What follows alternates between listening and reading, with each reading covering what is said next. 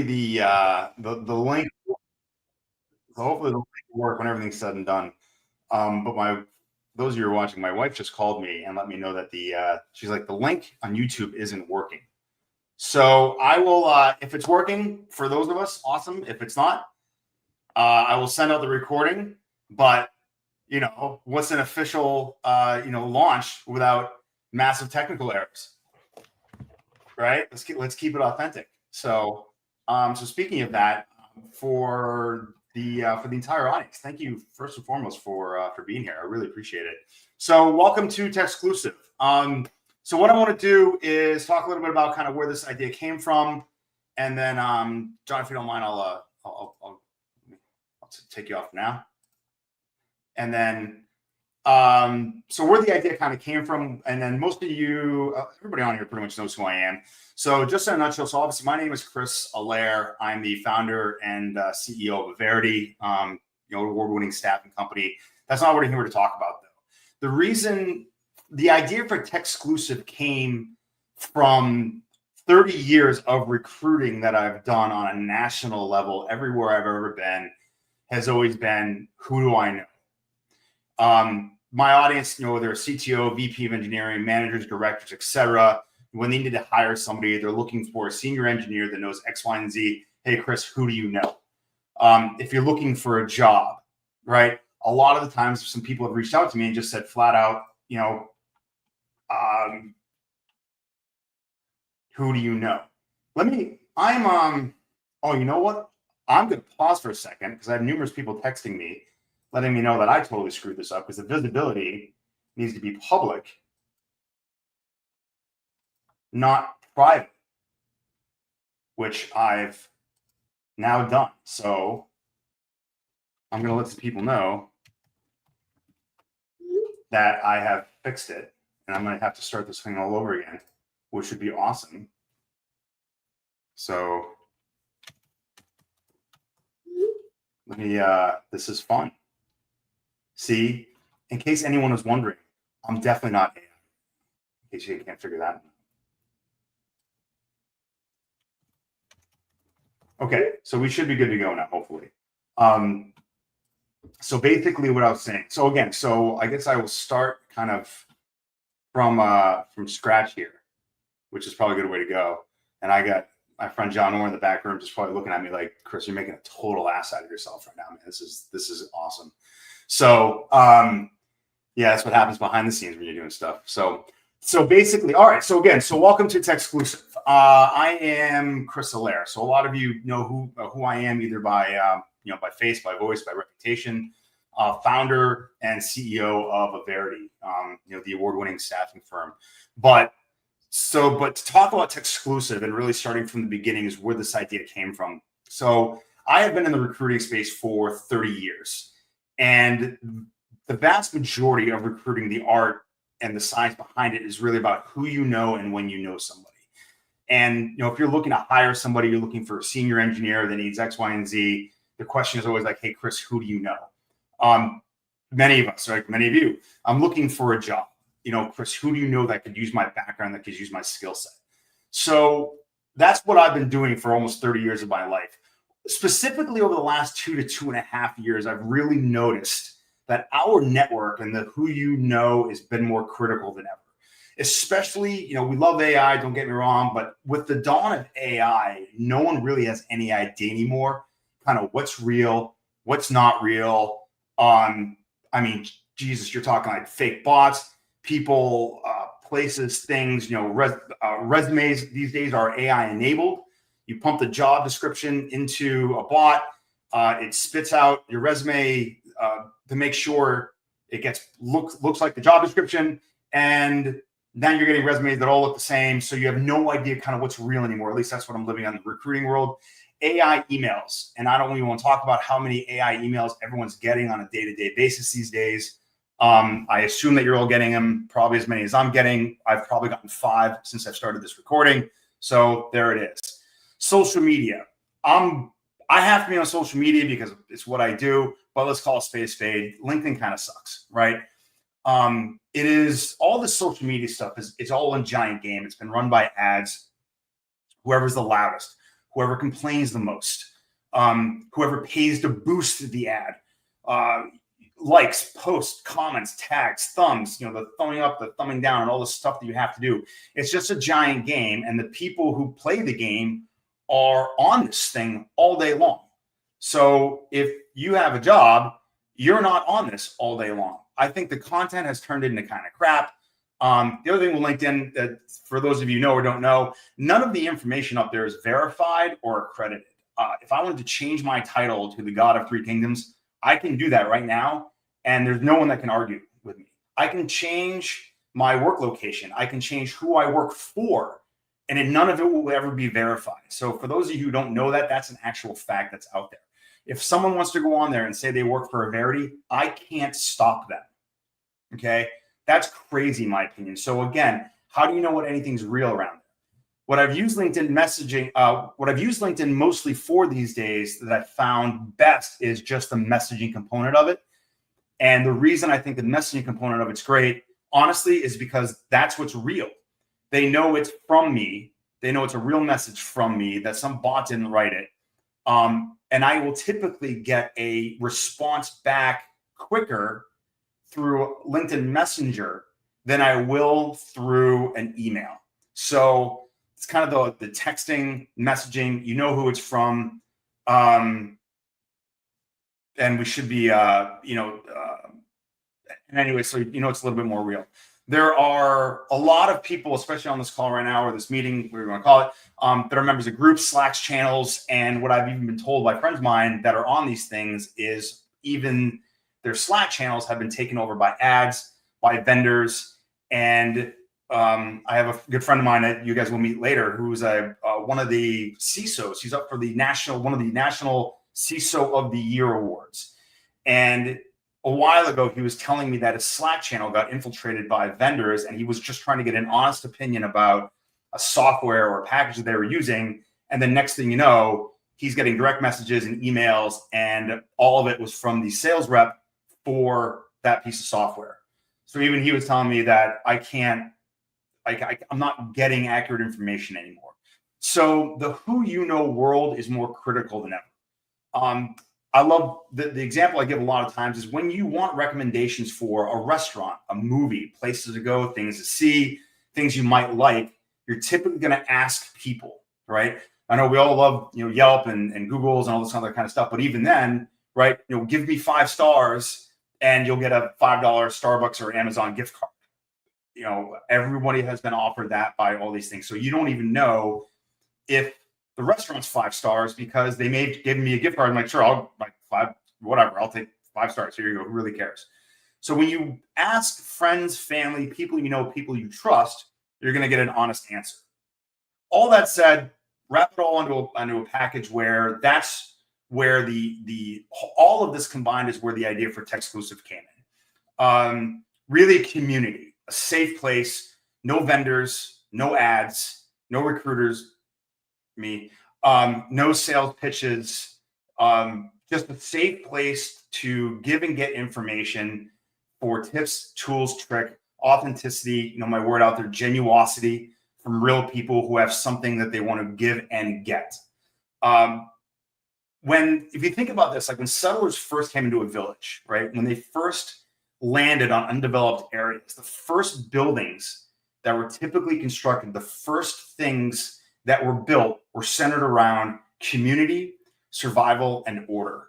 And if you ever studied old New England towns, and I'm from one of them, if you ever looked at an aerial map of like old towns when they were built, all the roads typically come from water and they all congregate in the middle. And in the middle is the town square. And what's in the town square? Your town hall, your what used to be the trading post, a tavern, or church. And what do these things all have in common is a place to exchange values, connection, safety, something in common with the people around you. It was a safe gathering place that you could go and you already know all the people there. All right. Or if you don't know them, you get a chance to meet new people. So this is what I'm doing over here. I'm building the exact same thing, just a digital format of a brand new town, out there. So again, so think about this as human-centered, no noise, really built around senior people in tech who have a lot to give and have a lot to get. So the membership, what it includes. So we're building an app that's run by Circle. There's a lot of different ones that are out there, but Circle definitely kind of hit the target, hit the circle, if you will. You're going to have full access to the Circle app, and in the Circle app is going to have everybody who's a member of the community, of the container of the Circle, if you will. It's going to be a free, you want to ask questions about software, hardware, firmware, vendors, anything like that. It's all going to be up there. You're going to have a safe place to ask questions without knowing that knowing that a software vendor won't be approaching you. I think I did that okay, right? Speaker events. So much like we have after, if I can get a coherent sentence together to finish things off, you're going to hear from John Orr. John is someone I've known for a long time, who is a heavy-hitting product guy. I'll talk about that in a second. But I have other people that have already asked me to speak, who have a lot of knowledge to give, whether it's CISOs, people in product, people in tech, people in architecture, the author of Docker. So these are the people that have been in my network for as long as I've been doing what I do, and obviously have a lot of knowledge that they want to give back to a community of people that want to hear from them. Also, if you want to speak, right? If you have something that you want to talk about, if you have something that's that you're doing and it's working, and you want to share that with the technical community, this is going to be your opportunity to get on a stage and do so. And the nice thing, again, it goes back to the people that are here are the people who have like minds like you, who want to hear from you and do something with the knowledge that you're getting. There's going to be a resource library. So if people have slides, tips, tools, tricks, whatever that is, we're going to have a resource library for you guys for y'all to access that type of stuff. So that's what's included in your membership. Think of it as like, again, the safe container, the country club for the elite in tech. So, okay, I'm gonna stop talking. So this is what we're here for. All right. So basically, so I'm gonna introduce John Orr. John is, so I met John, I'm not gonna say how long ago because, that's gonna age us all. I've been celebrating my 30th birthday for 18 years now. So I'm just gonna say it's been over 10 years that I've known him. John was the VP of product over at CBS Interactive when I first met him. Then he moved over to Business Insider, where he was the VP or Chief Product Officer over there. And if I'm not mistaken, I believe took over as the interim COO for Business Insider for a while. And then has moved on to now the Chief Product Officer at the NBA 2K.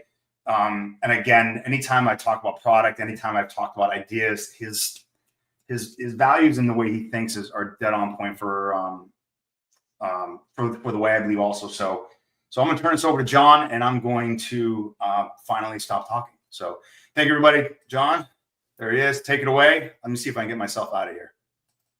Nope. I'll give John solo layout. There you go, buddy. Don't leave me. Hey, everybody. And Chris, don't worry. The time that we've known each other doesn't age us. It's this stuff right here that ages us.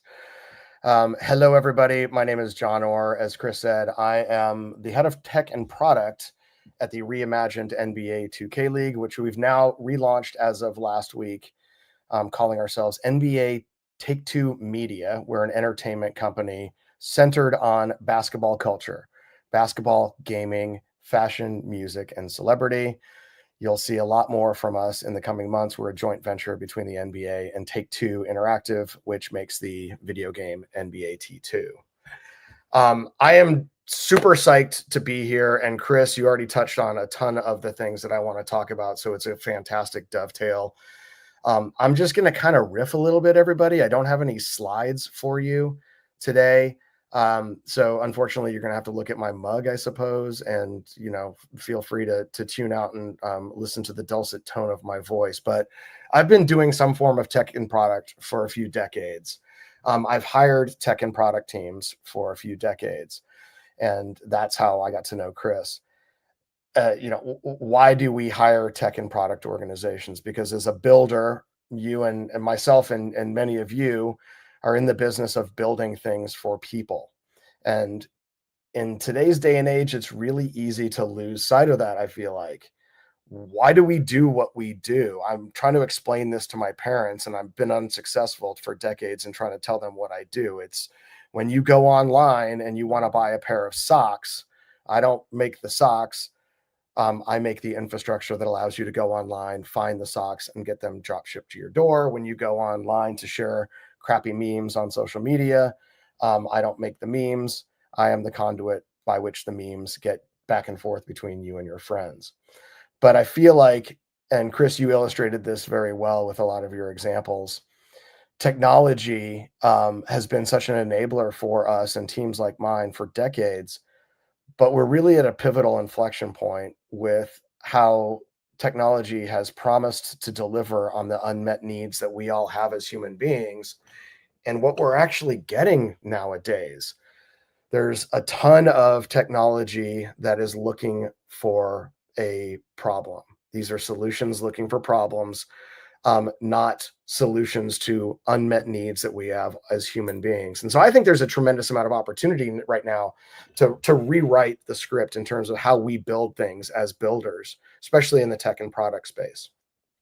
Our job is to build things that meet unmet human needs. And I mean real unmet human needs, emotional, core things that go back to this part of your brain that has been evolving for millennia. These are not manufactured needs. These are needs that we have every day. And technology, Techclusive is a fantastic example of this. Technology just enables you to recreate the community that Chris that has existed for centuries in towns. These are third spaces that have started evaporating with the advent of technology and have further separated us as human beings and not brought us together. And I think we need to flip the script. Social media, search, and AI have fundamentally failed us, full stop. I believe that. We can have a healthy debate as to how much you believe in that. Social media is absolutely failing to connect us. It's dividing us more than ever. It is brands and creators yelling at you. It is a unidirectional flood of content washing over you with little participation and little connectivity. Chris articulated a bunch of different ways that we now circumvent social media to connect with each other. My group chats are a way more useful thing than Instagram has ever been in connecting me with my friends and family, because it's just a wash with brands and creators and AI, right? The algorithm forces you to see what the algorithm thinks you should see, not who you follow. So even the agency that you have in this, in social media, has been taken out of your hands at the mercy of algorithms. Search, I can't believe Google did this. They had the golden goose and they killed it. Search is now the search engine results pages. I'm sure you've all seen these, right? At the last time you might have used Google, if you use it at all anymore. Most people are using Amazon for products, for example. It's AI slop, sponsored link, sponsored link, sponsored link, sponsored link, AI slop, one authentic search result, maybe at the end of the page, and that's it. So I can't believe that they have strayed from their mission to inform us and meet the unmet human need we have to seek knowledge and know answers and demonstrate mastery. And finally, Chris alluded to this as well. AI makes us question everything that we see. The fact that you might now sit there and think, am I AI generated? Am I a really credible deep fake? Am I using one of the numerous AI video tools that you can use to approximate what you're seeing in front of you now? Is deeply disturbing. It is a tool and it is being weaponized in all of the wrong ways right now. And it makes you question everything you see. So in the context of all of these massive technology evolution and platforms that are actively conspiring, I believe, against us, what do? We as humans still crave that authenticity and connectivity. This has been a theme the last several panels and conferences I've been on. It is a constant theme. AI needs babysitting. It needs human intervention. Art and entertainment and creative endeavors come from human beings. They don't come from AI. They may be tools to assist you in doing some heavy lifting, but they should not be used to create, because if everybody is questioning constantly what is real and what isn't, authenticity has to be able to break through. So you have to be able to create things from that position. And people seek these third spaces that have evaporated before our eyes that social media was meant to create for us online. And they seek in-person community. They seek in-person connection with each other as real human beings. And technology has an opportunity to unite us when we can't be in person or approximate what that feels like. It's just not being used in the right way.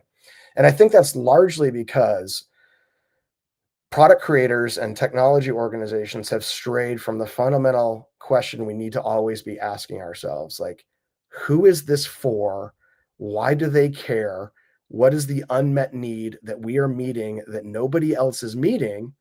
And why are we better than the available alternatives? If you're not asking these questions as a builder of products, you're naturally going to veer into, well, this looks like a cool, shiny solution that I could apply to any number of things. And when I'm a hammer, everything looks like a nail. I think if we do this correctly, we have collectively an opportunity to fundamentally change the way that technology is employed to serve humans and not the other way around. Unmet needs as human beings, as I mentioned, always, always, always arise from deep, deep emotion. Fundamentally, these unmet needs come from a negative feeling. And this is neuroscience. None of this that I'm saying, I will attribute all of this. There's a bunch of people that I respect that have done tons of work, way more work than I've done in this. And I've just managed to take their frameworks and make them my own and knit them together in a way that I think is very interesting. But these unmet needs come from neuroscience, and they're always negative emotions. I'm hungry, I'm tired, I'm bored, I'm afraid, I don't know enough, I'm not a good enough parent, my dog isn't eating well enough, I'm afraid I'm going to lose my job, I'm not a good enough investor, I'm not a good enough voter, I'm not a good enough citizen. These are all negative emotions that we have the opportunity to solve every day in our lives. And sometimes there's no shortage of ways to meet those unmet needs. So you have to meet those needs in a way that is, number one, delightful. And it's not just, utilities can be delightful too, but is delightful, is hard to copy. So again, there's a bunch of alternatives.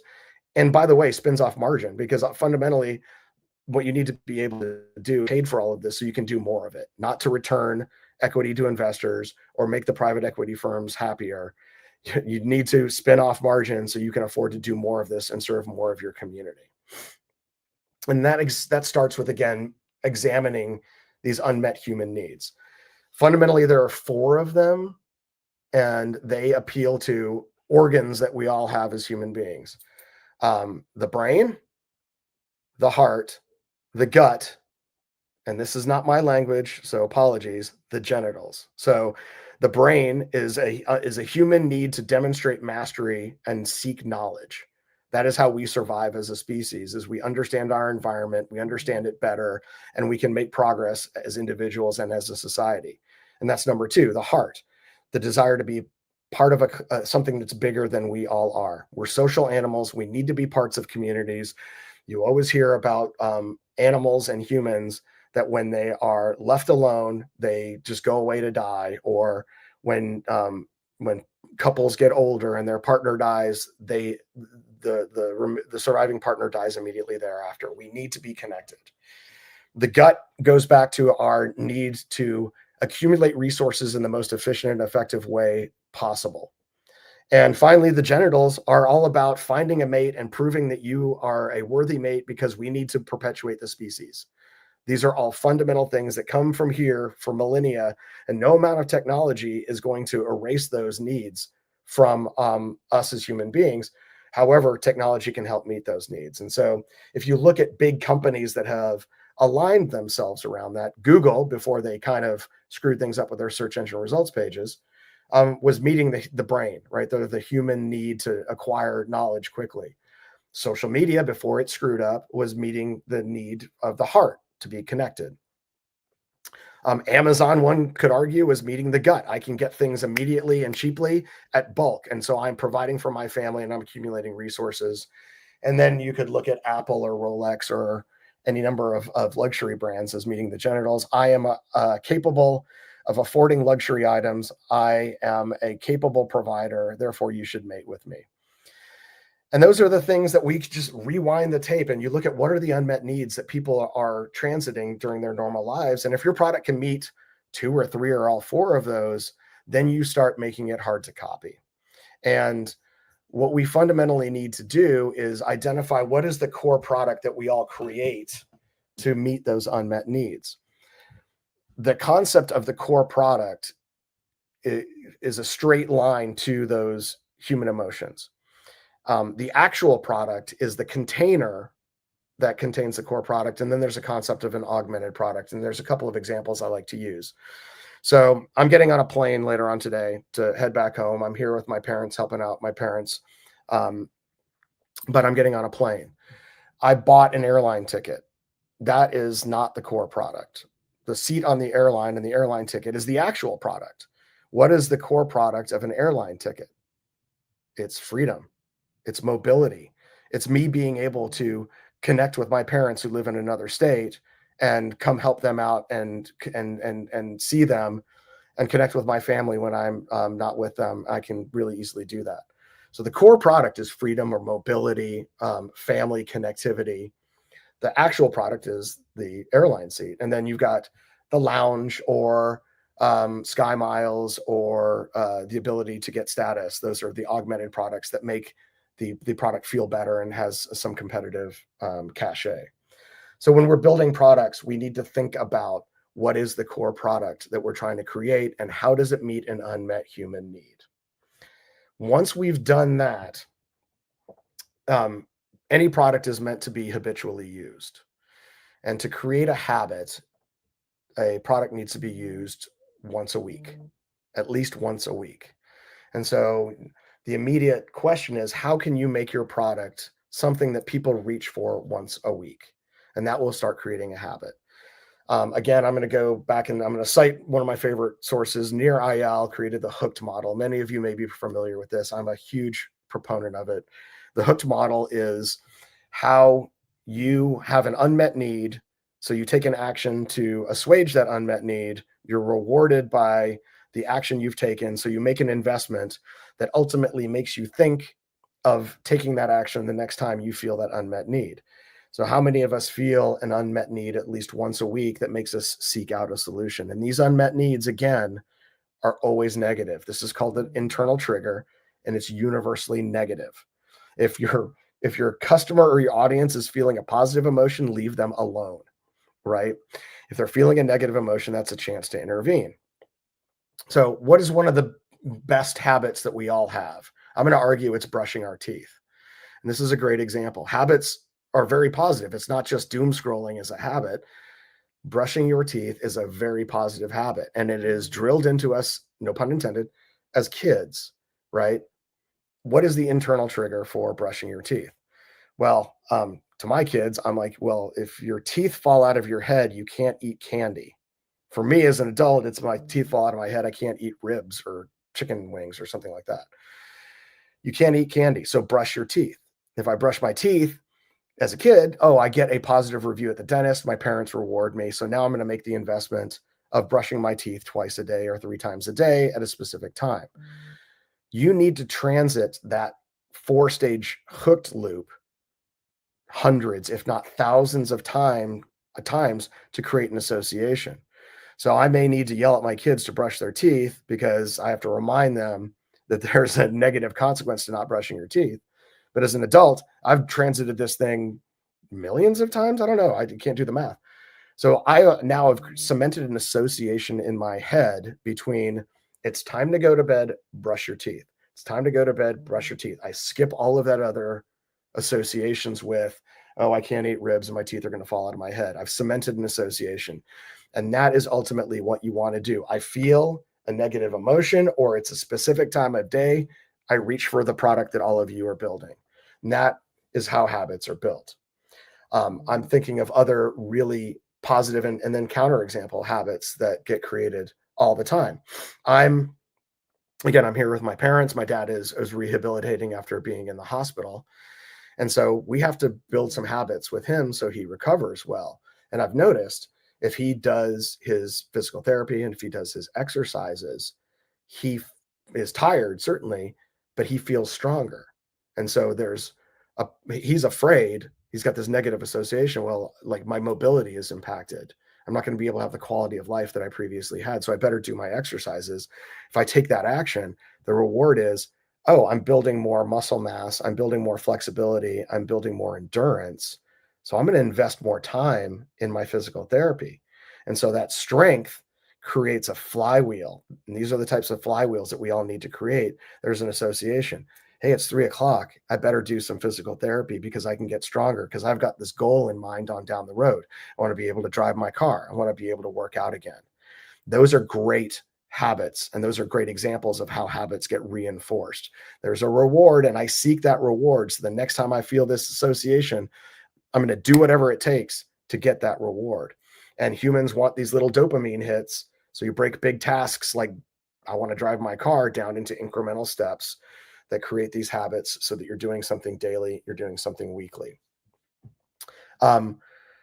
There's always counterexamples to this. I think Duolingo is great. It's created a fantastic habit for me, but I've also noticed one thing that you have to have in the reward phase of creating habits is variability.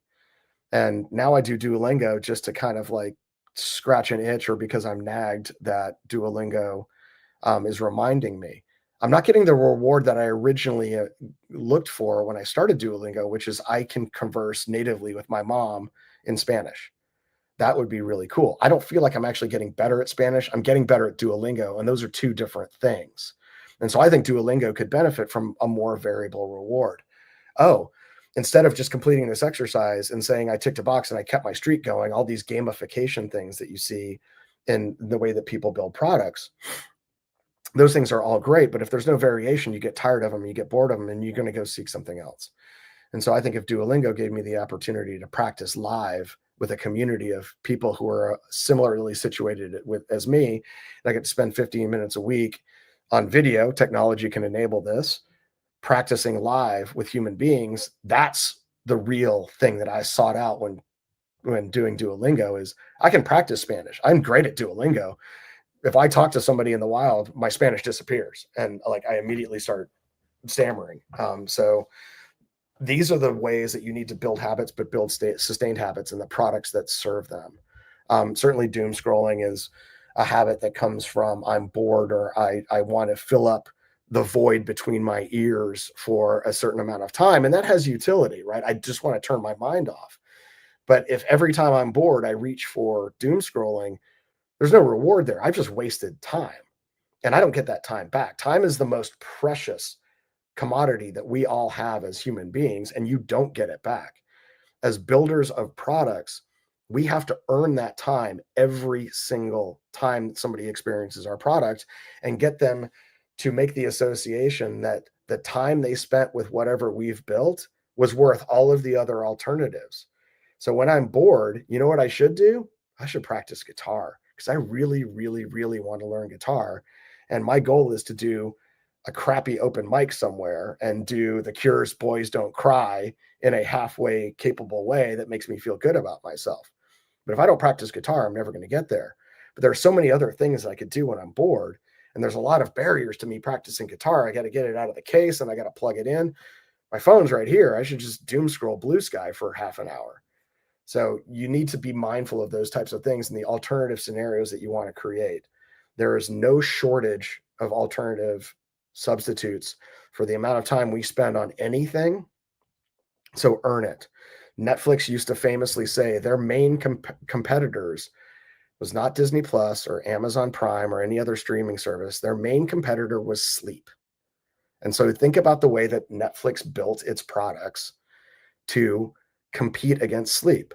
It's auto playing the next episode. It's got the volume on by default. It's got that dun dun sound between episodes or when you fire it up.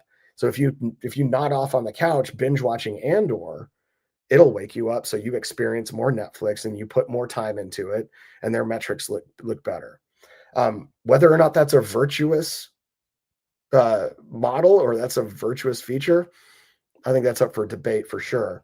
But that's just another example of how people compete for segments of our time. So everything we build needs to have that in mind.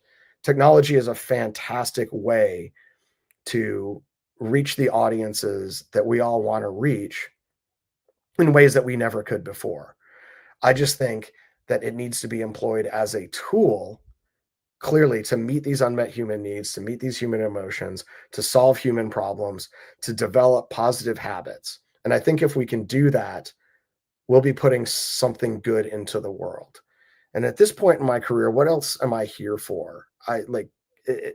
If we're not helping, Chris gave a bunch of examples, especially the impetus for the idea for Techclusive, right? To connect people in an authentic way, in a meaningful way, to act as counter programming for the toxicity that we all see in the world right now that is having massive, massive negative repercussions on our psychology, on our societies, and on our communities. We have a chance to use technology to intervene in that.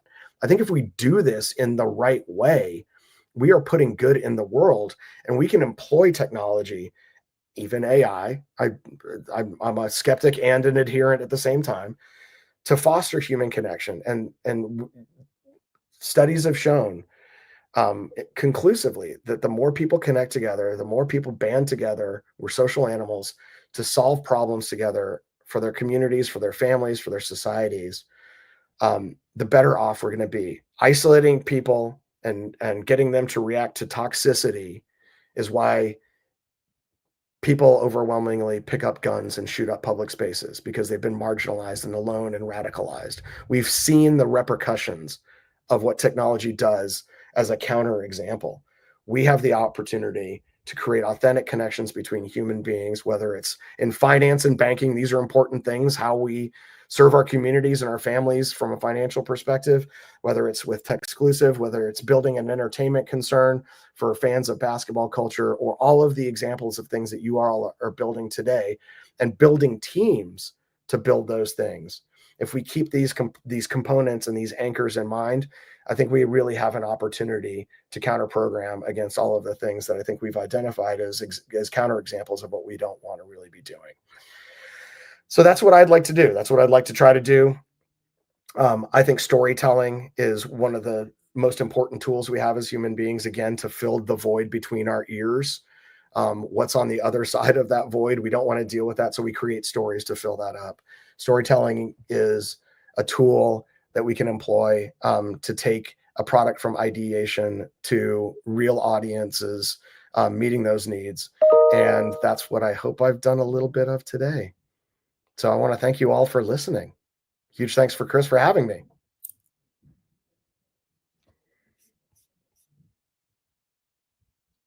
All right, I'm unmuted now. John, that was awesome. Thank you for doing this, man. And anybody wants to know, I did not ask John to plug Techclusive at all during any of this.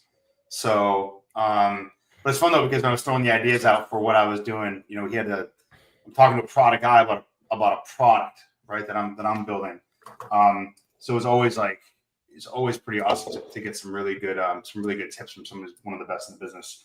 And so I'll close out with first of all, you know, again, thanks to John for doing this.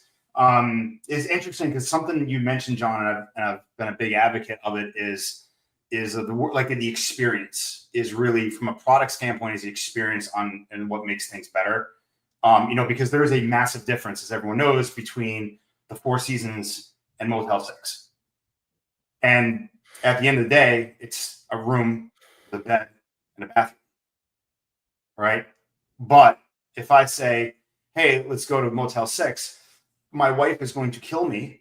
Or if I say, let's go to the Four Seasons, we're going to extend our vacation probably by the number of days that are left in my paycheck. So there's a big difference between those two. So, and if anyone, you know, he was talking about learning the guitar, I'll get two of them back there. And that's what I try to do in my spare time. So I love it. But, well, all of you, thank you so much for our first little kind of taste in this. I already have other speakers lined up in July that have a lot of knowledge and they want to pass down. But this is going to be fun. So again, if anybody needs, you know, everyone here has got an email from me, you know how to find me. Let's go out there and perpetuate the species. So thanks everybody for coming. We'll see you soon. Have a great day. Thanks all.